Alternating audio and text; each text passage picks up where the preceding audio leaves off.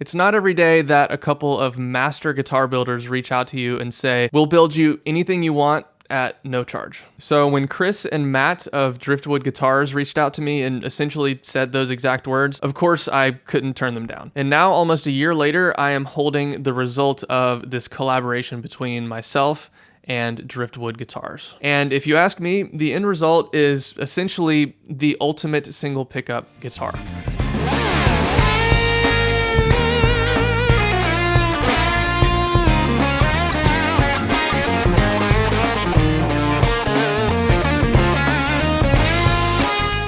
Driftwood Guitars released a video on their YouTube channel documenting the build of this thing from start to finish. Link is in the description down below. So for today's video, I'm going to tell my side of the story of this guitar, the inspiration behind it, why I wanted this. I'm going to break down all of the specs and my thought process behind them.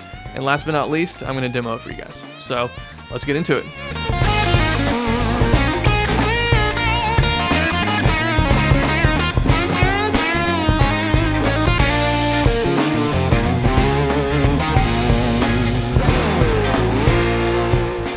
So, what's the story of this guitar?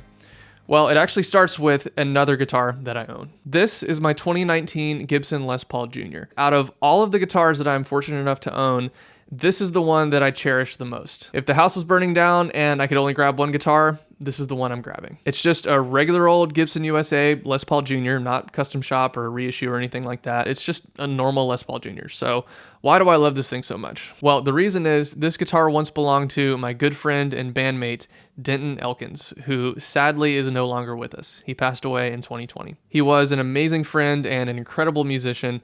And one thing that we bonded over was our love for Tellys and Les Pauls. And there was a point where both of us were really jonesing for a Les Paul Jr. Just the simplicity and pure rock and roll vibe was something that we both really gravitated towards. So we were both on the lookout for one for a while. And lo and behold, one day he texted me saying, check out what I just got. And it was this. As soon as he got this thing, we both fell in love with this guitar.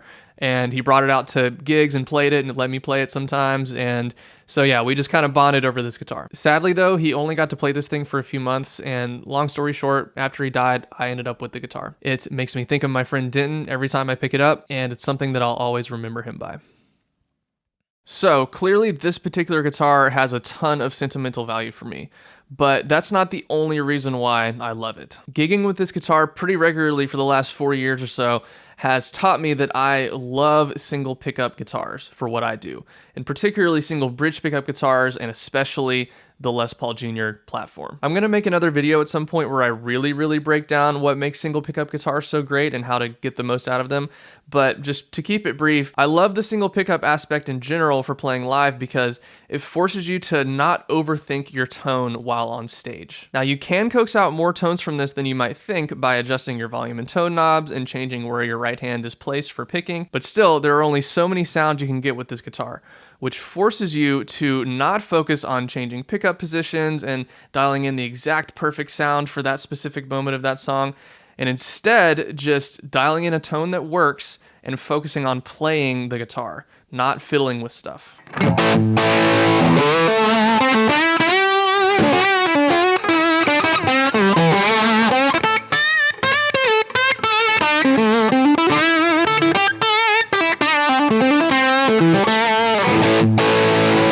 So that's sort of the introduction to this story. I love Les Paul Jr.'s, and particularly this Les Paul Jr. So how did this guitar come to be? Well, essentially, Rhett Shull introduced me to the Driftwood Guitars guys, who I'd actually been a fan of for quite a while because, as some of you may know, I worked as a luthier for a little while, and Driftwood Guitars' YouTube channel is full of great luthier content, so I'd been watching them for a while, and I knew that they did incredible work. And at NAMM 2024, I actually got the chance to spend quite a bit of time with Chris and Matt of Driftwood and get to know them, and it turns out they're both really nice, cool, chill, down-to-earth dudes that are great to hang out with. And they're both from Florida, like myself. So when they reached out to me not long after NAMM about collaborating on this and having them build a guitar for me, it was kind of a no-brainer. Like I said back at the beginning of this video, Chris and Matt pretty much told me, we'll build you whatever you want, which is such an honor and an incredible opportunity that I did not and do not take lightly. So I really wanted to think about it and come up with an idea that I truly loved and the Driftwood guys would be excited about building for me. So one day I was playing my Les Paul Jr. and I was like, you know, I love this thing so much, but there is literally one single issue that I have with it, and that is this. So obviously this is a P90, which is a single coil, and P90s in particular are notorious for having pretty bad hum problems. I'm not one of those people that has zero tolerance for hum and needs to have noiseless pickups and everything, and the amount of hum that this thing has is usually fine, but there are a number of gigs where I've really wanted to play this guitar, but the power at the venue was just too dirty, too noisy, and this thing was just unplayable. Just loud, very noticeable hum. And also, while P90s are overall probably my favorite sounding pickup, every night is different when you're gigging, every room is different, and sometimes the P90 just doesn't feel quite right for me in a particular room and isn't what I'm wanting to hear from a Les Paul style guitar on that particular night. And so I'll switch to a humbucker guitar and then it's perfect, and sometimes vice versa. So I was playing this guitar and thinking about that, and all of a sudden the idea popped in my head of, why don't I have Driftwood Guitars make me a Les Paul Jr. with a humbucker instead of a P90? And that is exactly what I got.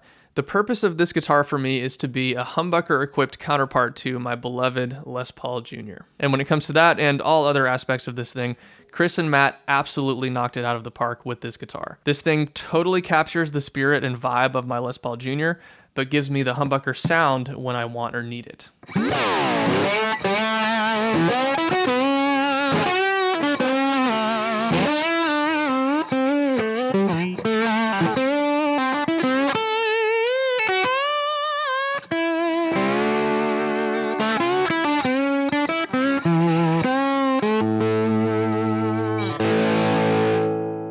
So this is essentially a humbucker-equipped Les Paul Jr., or as I have been affectionately calling it, the Drift Jr. That being said, you can tell just by looking at this thing that there is a little bit more going on to this than purely just a Les Paul Jr. with a humbucker slapped in it. So let's get into the complete specs of this guitar.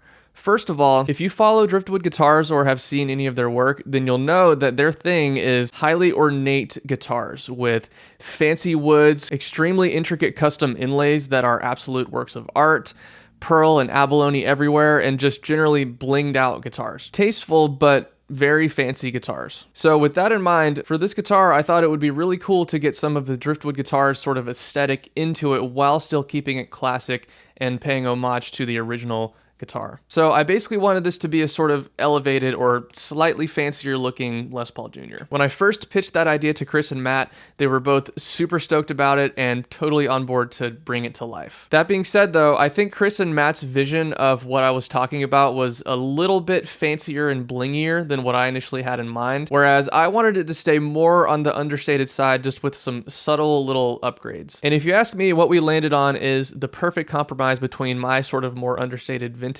vision and the Driftwood Guitars aesthetic. It has a one-piece mahogany body with a mostly plain maple cap. There is a very, very subtle little flame or figure to it if you look at it in a certain light, but for the most part, it's a plain top. The maple top is flat, so it doesn't have a carved top like a Les Paul standard. It's just a completely flat maple cap with a beautiful dark sunburst, tobacco burst, classic finish on it that Chris did an amazing job on. As you can see, the body has binding, which is something that I really wanted because I just think most guitars look better with binding. But rather than have just traditional plastic binding that gets glued on, I wanted to do the sort of scraped faux binding. So the binding that you see is just the maple top itself with the paint scraped away to look like binding that's been added to the guitar. Basically, it's PRS style binding. That's the technique that they use on all of their bound guitars, and I just think it's a really nice, classy, subtle little detail that makes it look a little more premium when you hold it in person. The neck is also one-piece mahogany, but it has the extra feature of carbon fiber rods installed into the neck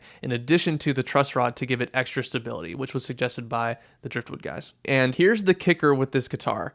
The fretboard and the pickguard are both Brazilian rosewood. In case you don't know, Brazilian rosewood is what was used on all of the classic Gibsons, Fenders, Martins, all of the most iconic guitars that had rosewood fretboards from the 1960s and back had Brazilian rosewood. But Brazilian rosewood is now endangered and no longer allowed to be harvested. So any Brazilian rosewood that's out there now has to have been harvested before the ban, which makes it very rare and premium and expensive. And this guitar has it. Not only on the fretboard, but like I said, also the pickguard itself is a piece of solid rosewood. Now let me just clarify that it was Chris and Matt's suggestion to use Brazilian. I would have been perfectly fine with just some regular old Indian rosewood, but Chris and Matt love their fancy woods, so they just came right out and offered to do Brazilian on this thing. I thought it was an awesome idea. I'd never owned a guitar with Brazilian rosewood on it before, and both myself and the Driftwood guys thought it would just add another level of premiumness to this guitar, especially with the wooden pickguard. I just think that's such a nice, subtle, beautiful touch to add to this thing and give it a little bit more of that Driftwood kind of vibe. Another subtle touch that I wanted to add to, again, keep it understated, but also have some of the Driftwood aesthetic in there, is abalone dots for the fretboard and some abalone for the D for Driftwood logo on the headstock.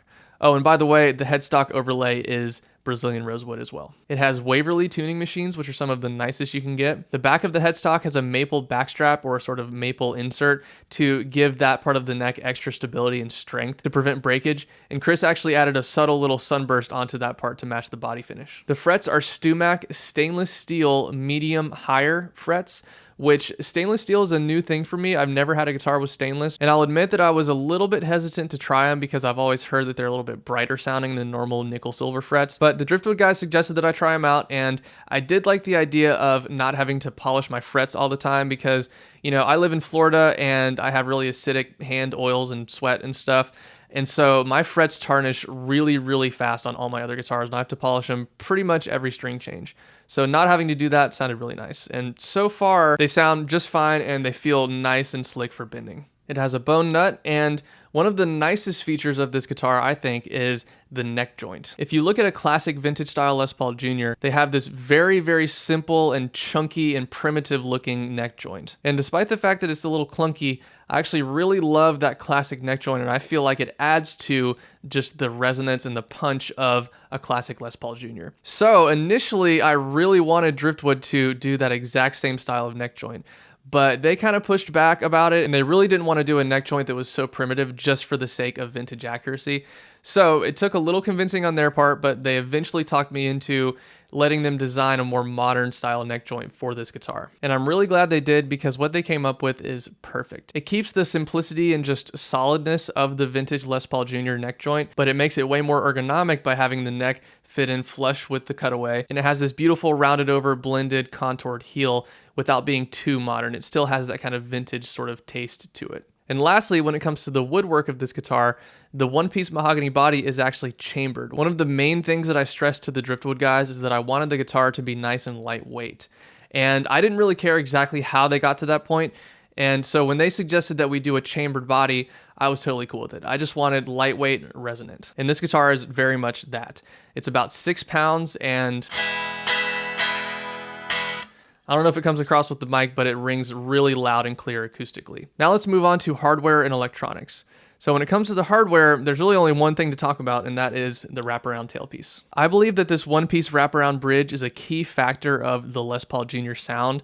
I feel like it just adds a certain punchiness, and I just love the simplicity and solidness and lack of moving parts of this thing. Before you say anything about intonation though, this specific wraparound tailpiece is compensated, which basically gives it perfect intonation, or at least as perfect as you need to be on the guitar. If you look at it closely, it has carvings on the top of it that strategically place the exit points of each string so they are compensated in the same pattern that saddles typically are on an electric guitar. This one is the Savvy model made by Music City Bridge in Nashville. The pickup is a low output PAF style humbucker that reads at about 7.8K ohms and has a rough cast Alnico 2 magnet. The pickup was custom wound by a guy named David Edwards, who is pretty unknown, but he does a lot of work for Driftwood guitars and modifies and sometimes builds amps. He used all vintage correct parts to make this thing, and to me it sounds amazing. And not only did David wind this pickup and do all of the electronics, which we'll get to in a second, he also surprised me with an amp as a wedding present to go along with this guitar. It's a heavily modified Blues Junior with 6v6 tubes in it,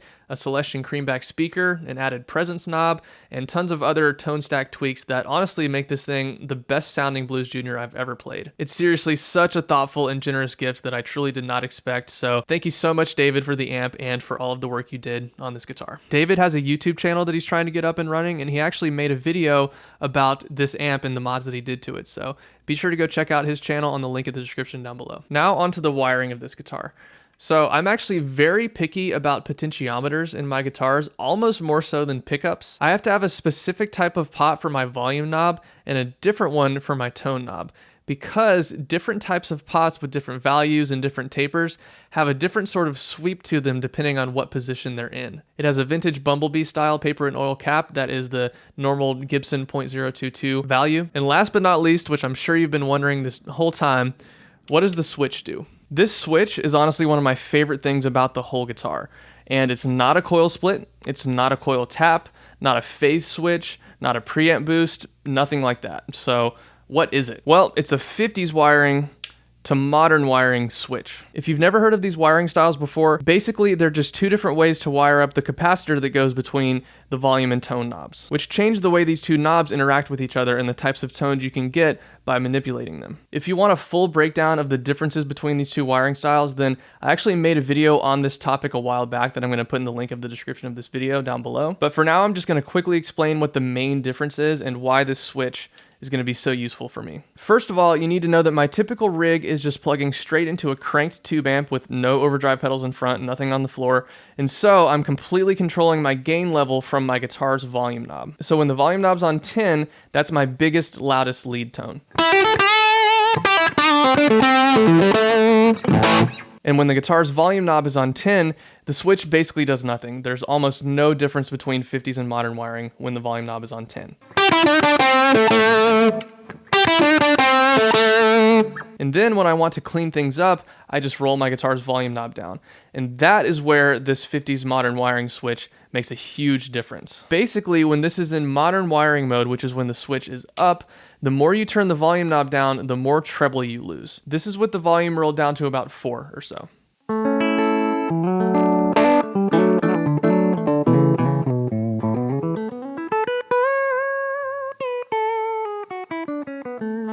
It's cleaner than it was before, and it's kind of a soft, rolled off treble kind of sound. But now when I switch it down to 50s wiring mode, you'll see that it gets much, much brighter and sparklier and more scooped without touching either of the knobs. Just purely going to 50s wiring makes it much sparklier sounding.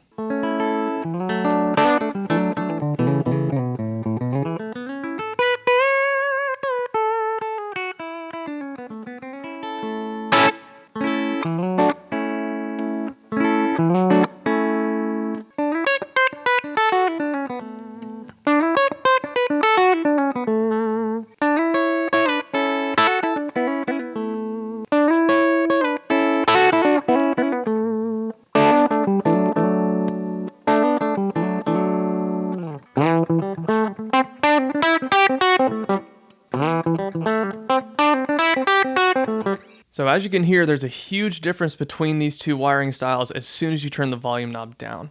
And it's even more exaggerated if you turn the tone knob down as well, which it actually was turned down to about 5 or 6 just then, which is where I usually set the tone knob. That's as far as I'm going to explain it in this video. Again, if you want a full explanation of how the knobs interact with each other with these different wiring styles, then go check out the video with the link in the description down below. But basically, because I only have one pickup to work with here, and I'm typically just plugged straight into a crank tube amp with no pedals or anything, this gives me way more flexibility in terms of the types of tones I can get just by manipulating these two knobs here. And in my opinion, doesn't sacrifice the pure, simple spirit of this guitar. So because of this switch that adds a ton of tonal flexibility, the light weight of this guitar, the vintage sound with modern playability, and the beautiful, subtle little touches that elevate the aesthetic of this guitar, I truly believe that Driftwood Guitars has built me the ultimate single pickup guitar. So to Chris and Matt, I just want to say thank you from the bottom of my heart for building this fantastic instrument for me, for putting so much time and effort and materials and expertise and skills into this thing. It really was such an awesome experience speccing this thing out with you guys over all those texts and phone calls, and I couldn't be happier with the result.